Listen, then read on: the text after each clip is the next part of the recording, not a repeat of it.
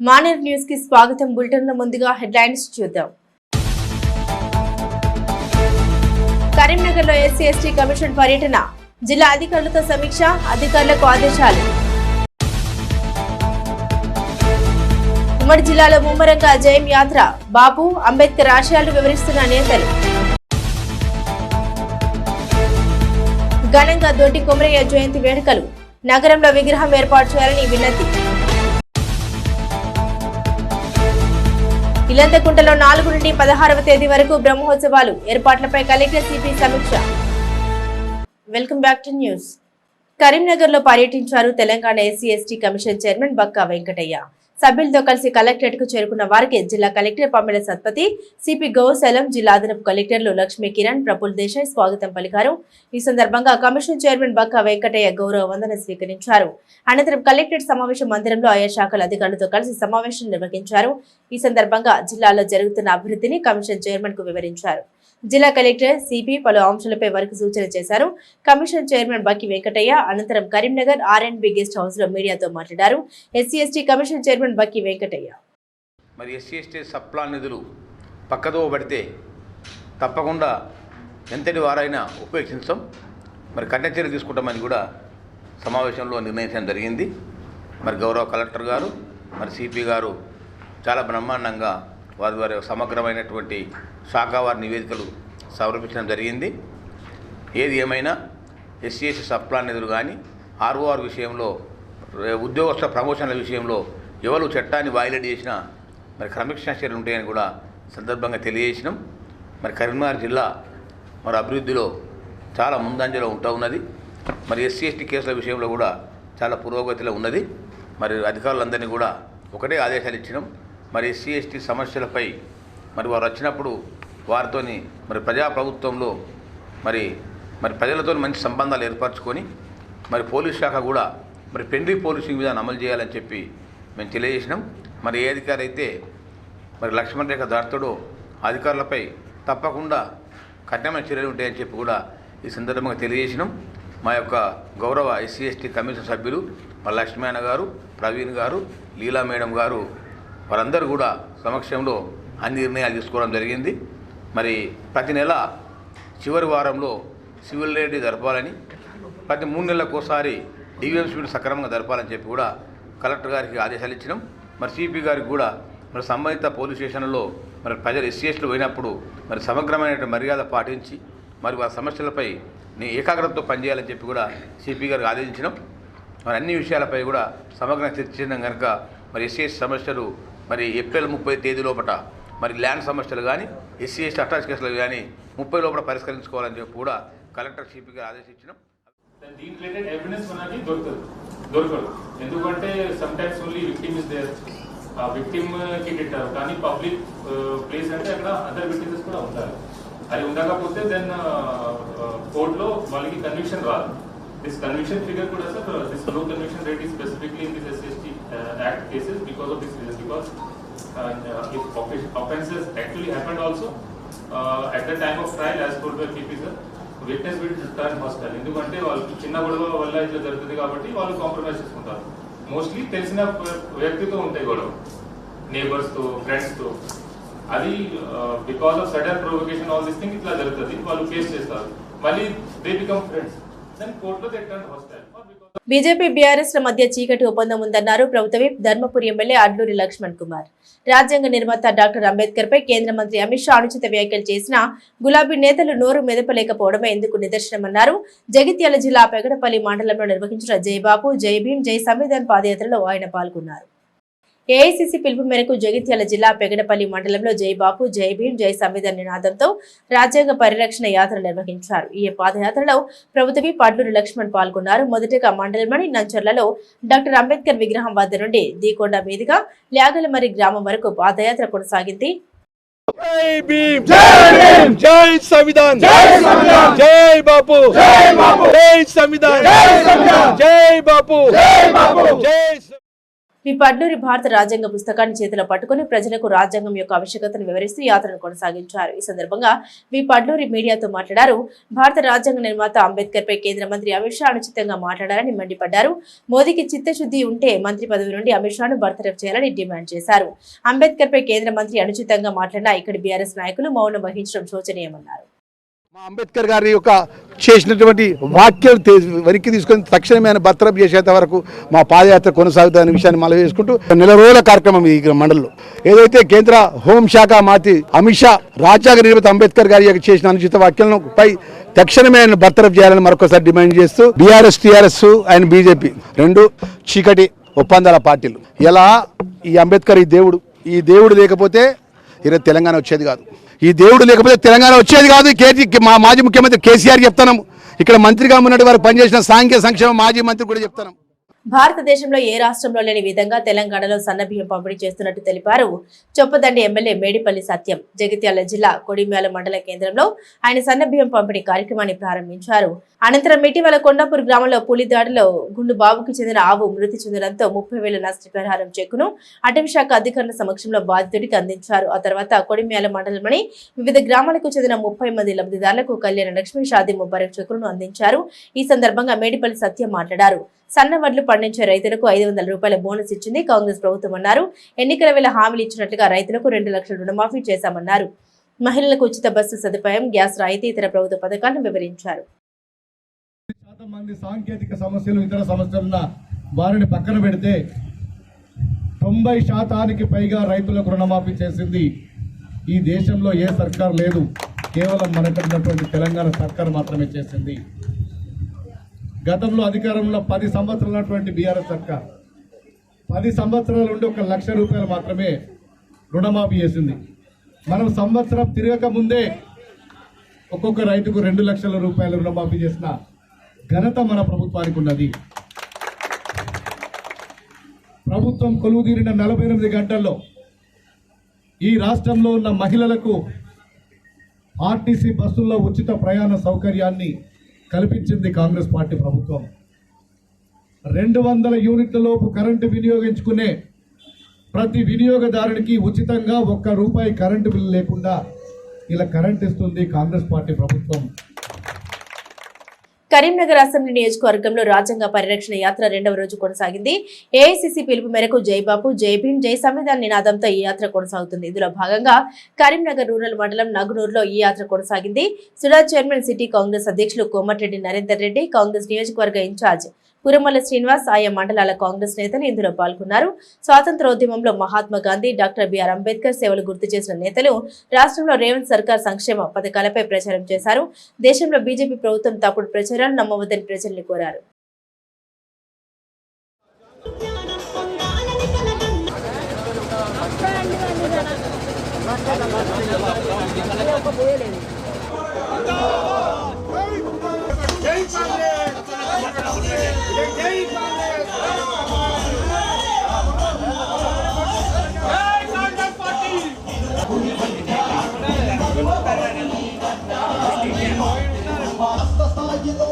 ఈ దేశానికి కాంగ్రెస్ పార్టీ స్వతంత్రం తీసుకొచ్చినటువంటి పార్టీ కాంగ్రెస్ పార్టీ.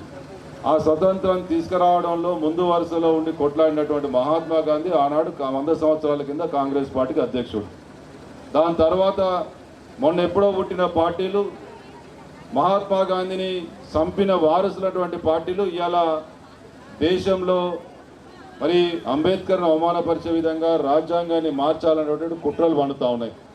అటువంటి కుట్రలను ఛేదించడానికి, ప్రజలను జాగృతం చేయడానికి, ప్రజలకు వాస్తవాలను తెలిసి మళ్ళీ ఇంకా ఒకసారి గుర్తు చేయడానికి ఈ పాదయాత్ర చేపట్టడం జరిగింది.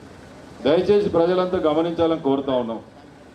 ఈ దేశానికి స్వాతంత్రం తీసుకొచ్చినటువంటి మహాత్మా గాంధీకి ఇలా తక్కువ చేసే విధంగా భారతీయ జనతా పార్టీ ప్రవర్తిస్తూ ఉంది.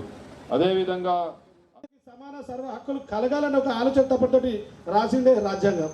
ఆ రాజ్యాంగాన్ని విస్మరిస్తూ దాన్ని తప్పుదోవ పట్టించాలని చూస్తున్న దుష్టులకు మనం ఈరోజు బుద్ధి చెప్పాల్సిన అవసరం ఎంతైనా ఉంది. కాబట్టి ఇంకొకటి, బాపు అంటే ఆ రోజు స్వతంత్ర పూర్తి స్థాయిలో మనందరికీ స్వేచ్ఛను కల్పించిన ఆ మహామేధావి బాపూజీ.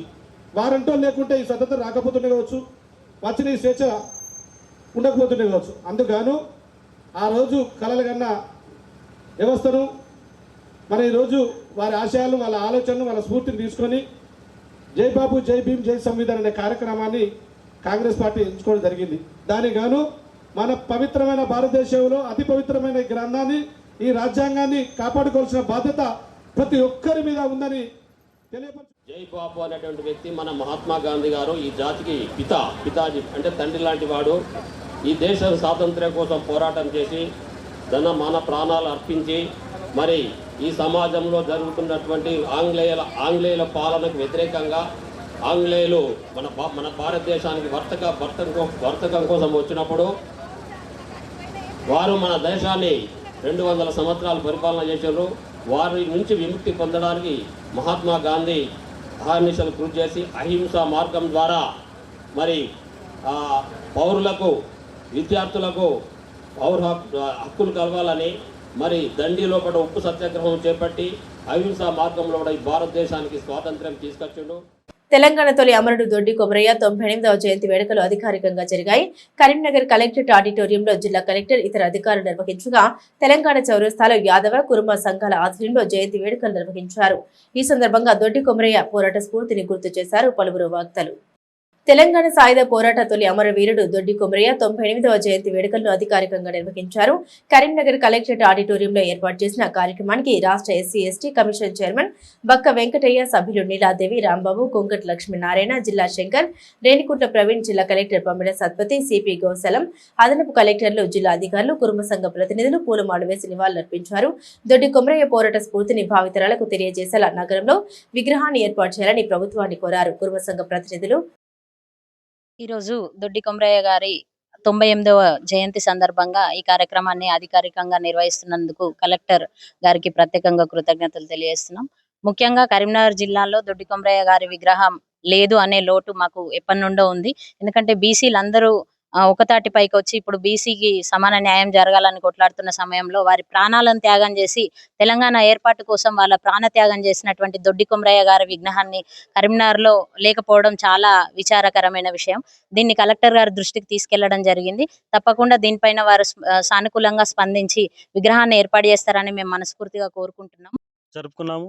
దొడ్డి కొమరయ్య గారు తొలి తెలంగాణ అమరుడు, తెలంగాణ సాయుధ పోరాట యోధుడు.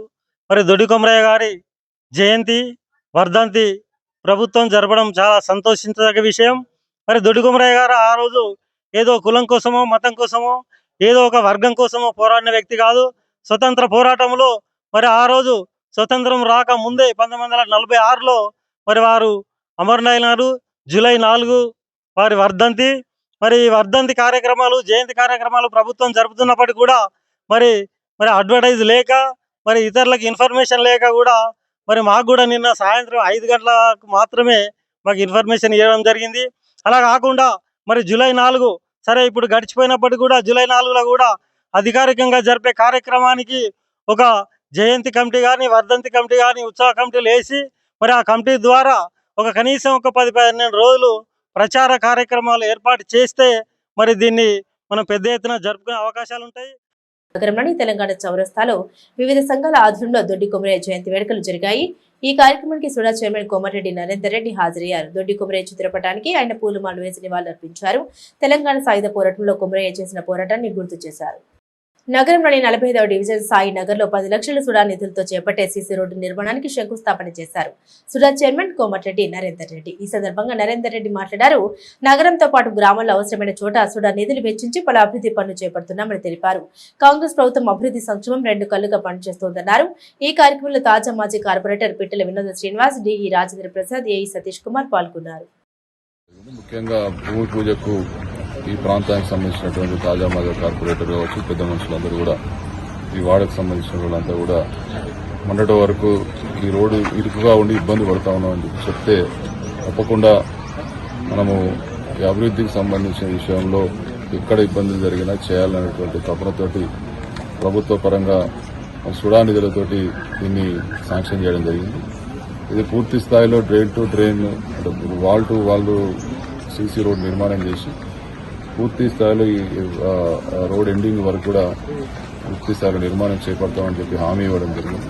ముఖ్యంగా చాలా ప్రాంతాల్లో నగరంతో పాటు చుట్టుపక్కల గ్రామాలన్నింటిలో కూడా ఎక్కడైతే ఇబ్బందులు ఉన్నటువంటి పరిస్థితులు ఉన్నటువంటి రోడ్లు ఉన్నాయో వాటన్నిటిని కూడా సుడా నిధులతోటి మరి టెండర్లు పిలిచి వీటన్నిటిని కూడా పూర్తి చేస్తా ఉన్నాం. ప్రభుత్వం పరంగా ఈరోజు రాష్ట్ర వ్యాప్తంగా సంక్షేమ కార్యక్రమాలతో పాటు మరి ఎక్కడికక్కడ ప్రజలకు ఇబ్బందులు తొలగించాలనేటువంటి సదుద్దేశంతో ఇవన్నీ కార్యక్రమాలు చేపడతాము. తప్పకుండా అభివృద్ధి విషయంలో ఎక్కడ కూడా మరి రాజీ పడకుండా ముందుకెళ్తాం.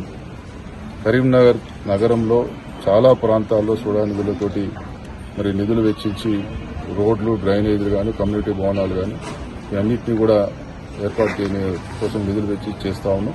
తప్పకుండా రాబోయే రోజుల్లో ఇంకా పెద్ద ఎత్తున ఈ అభివృద్ధి కార్యక్రమాలను ముందుకు తీసుకెళ్తామని చెప్పి సదరుగా తెలియజేస్తూ ఈ ప్రాంతానికి సంబంధించినటువంటి మాజీ కార్పొరేటర్తో పాటు ఇక్కడికి వచ్చినటువంటి పెద్దలందరికీ కూడా మరి ఇదన్నింటినీ కూడా ఏర్పాటు చేసిన అందరికీ కూడా కొత్తగా నిర్మిస్తున్న మార్కెట్ను తమకు హ్యాండ్ ఓవర్ చేయాలని తెలంగాణ ప్రభుత్వాన్ని కోరారు రైతు జేఏసీ ప్రతినిధులు.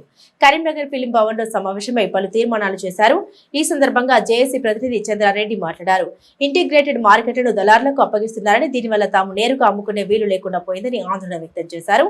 ప్రభుత్వ సంక్షేమ వసతి గృహాల్లో కాంట్రాక్ట్ వ్యవస్థను రద్దు చేసి తమకు కేటాయించడం వల్ల నష్టపోకుండా ఉంటుందని తెలిపారు. చంద్రారెడ్డి 10 డిమాండ్లను ప్రభుత్వానికి నివేదిస్తున్నామని స్పందించి చర్యలు తీసుకోకుంటే దశల వారీగా ఆందోళన చేపడతామని హెచ్చరించారు. కొన్ని తప్పిదాలు జరుగుతున్నాయి. ఒకటి ఏంటంటే మార్కెట్లకు వ్యాపారులకు అప్పచెప్పడం అనేది పెద్ద తప్పిదం. అది మాకు అప్పచెప్తే మేము డైరెక్ట్ ప్రజలకు అమ్ముకుంటాం. మేము వ్యవసాయం చేసేది కూడా ప్రజల కోసమే చేస్తున్నాం తప్ప కేంద్ర ప్రభుత్వం కోసమో, రాష్ట్ర ప్రభుత్వం కోసమో, వ్యాపారుల కోసమో, అరటి వ్యాపారుల కోసమో, హోల్సేల్ వ్యాపారుల కోసమో, చిల్లర వ్యాపారుల కోసమో, బేరగాళ్ళ కోసమో, ఈ రిటైలర్ల కోసమో, వీధి వ్యాపారుల కోసమో మేము చేయట్లేదు. ప్రజలకు ఇవ్వాలంటే మాకు మార్కెట్ కావాలి. ప్రెసిడెంట్ కరీంనగర్లో నిర్మాణంలో ఇంకా కొన్ని మార్కెట్లు ఉన్నాయి. ఇంకా కొన్ని నిర్మాణమై ఖాళీగా ఉన్నాయి. అన్ని మార్కెట్లు మాకే 30 రోజుల్లోగా ఇవ్వాలి. ఇవాళ ఏప్రిల్ 3వ తారీఖు 2025 సంవత్సరం, మే 3వ తారీఖు 2025 సంవత్సరం వరకు మొత్తం మాకు హ్యాండ్ ఓవర్ ఇవ్వాలి. ఇంకొకటి అంటే 10 డిమాండ్లు ఉన్నాయి కానీ నేను 2 డిమాండ్లు ముఖ్యమనే చెప్పదలుచుకున్నాను మీడియా ద్వారా. ఈ డిమాండ్లు కూడా ప్రభుత్వానికి పంపిస్తున్నాం ఈరోజు. అపర భద్రాద్రిగా పిలుచుకునే కరీంనగర్ జిల్లా ఇల్లంతకుంట శ్రీ సీతారామచంద్రస్వామి ఆలయ వార్షిక బ్రహ్మోత్సవాలకు ఏర్పాట్లు చేస్తున్నారు. ఈ నెల 4వ తేదీ నుండి 16వ తేదీ వరకు నిర్వహించే ఉత్సవాలపై సమీక్ష నిర్వహించారు. జిల్లా కలెక్టర్ పమ్మెల సత్పతి ట్రాఫిక్, శాంతి భద్రతలపై, సిపి గోసలం సౌకర్యాలపై వివిధ అధికారులకు సూచన చేశారు.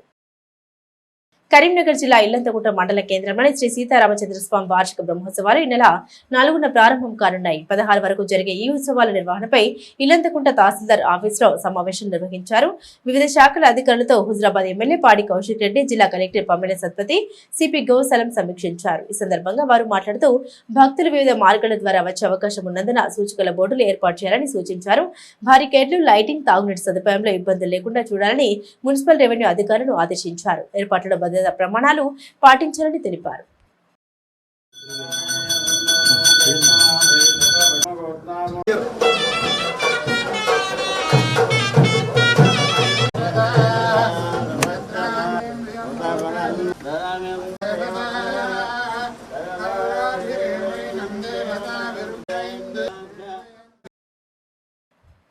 కరీంనగర్ జిల్లాతో పాటుగా ఇతర జిల్లాల నుండి కూడా భక్తులు అధిక సంఖ్యలో వచ్చే అవకాశం ఉన్నందున ఆర్టీసీ అధికారులు ప్రత్యేక బస్సులు నడిపించాలని సూచించారు. స్వామివారి ఉత్సవాలు జిల్లా వ్యాప్తంగా లైవ్ టెలికాస్ట్ అయ్యేలా చూడాలని అన్నారు. వైద్య ఆరోగ్య సిబ్బంది అప్రమత్తంగా ఉండాలని, భక్తులకు అవసరమైతే ఓఆర్ఎస్ ప్యాకెట్లు పంపిణీ చేయాలని తెలిపారు. శానిటేషన్ సిబ్బందికి భోజన వసతి కల్పించాలని అన్నారు. ఫైర్ సిబ్బంది అప్రమత్తంగా ఉండాలని అన్నారు. ఈ సమావేశంలో అడిషనల్ కలెక్టర్లు ప్రఫుల్ దేశాయ్, లక్ష్మీ కిరణ్, ఆర్డీఓ రమేష్, ఏసీపీ శ్రీనివాస్, ఆలయ ఈవో సుధాకర్ పాల్గొన్నారు. పోయేటప్పుడు ఉంది కానీ ఆ ప్లేస్కి వచ్చేటప్పుడు తీసేస్తారు ఎవరు. సో అలాంటి కొన్ని పర్మనెంట్ గా ఒక ప్రత్యేకంగా కొంచెం దూరమైన ఒక ప్లేస్ మీరు ఏర్పాటు చేయాలి. టెంపుల్ కి కొంచెం దూరమైన ఉండాలి. ప్లస్ అక్కడ అంటే పకడ్బందీగా మీరు ఫుట్ వేర్స్ పెట్టుకోవడానికి టోకెన్ సిస్టమ్ కానీ ఇంకా ఏదైనా క్రమశిక్షణతో ఏర్పాటు చేస్తే బాగుంటుందని నేను అనుకుంటున్నా. రెండోది ఏంటంటే లైక్ మనకి పార్కింగ్ ప్లేస్ నుంచి మనం చూసాము టెంపుల్ కి ఇటువైపు అటువైపు రోడ్ రెండు వైపు మనం పార్కింగ్ సౌకర్యాలు ఏర్పాటు చేస్తున్నాము. కాబట్టి చాలా మంది 4 వీలర్స్ లో వచ్చే వాళ్ళు చెప్పాలి అక్కడ పెట్టి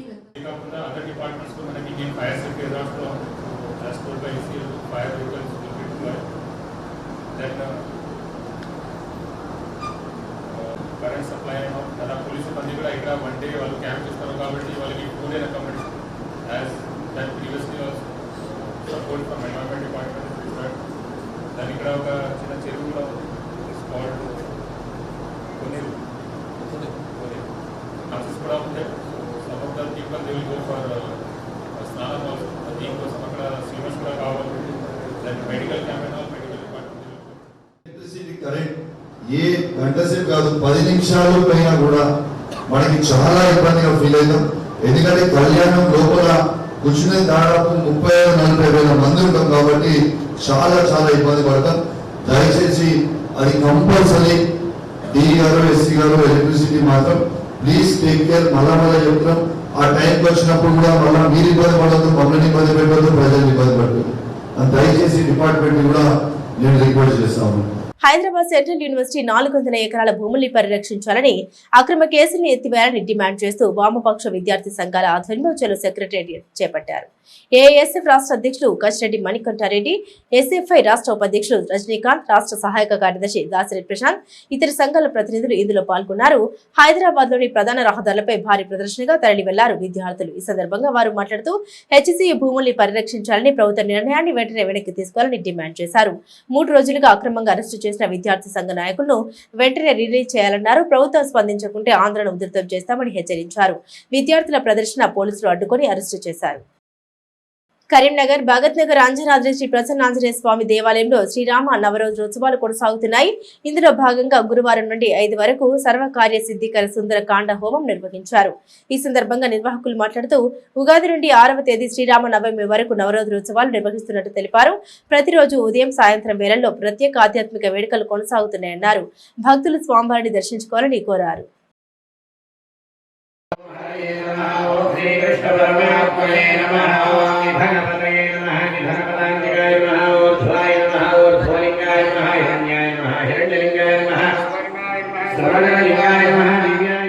తెలంగాణ ప్రభుత్వం ఎల్ఆర్ఎస్ రిబేట్ గడువు 4 రోజుల పాటు పొడిగించింది. మార్చి చివరి వరకు ప్లాట్ల రెగ్యులేషన్ గడువును ఏప్రిల్ చివరి వరకు పొడిగించింది రేవంత్ సర్కార్.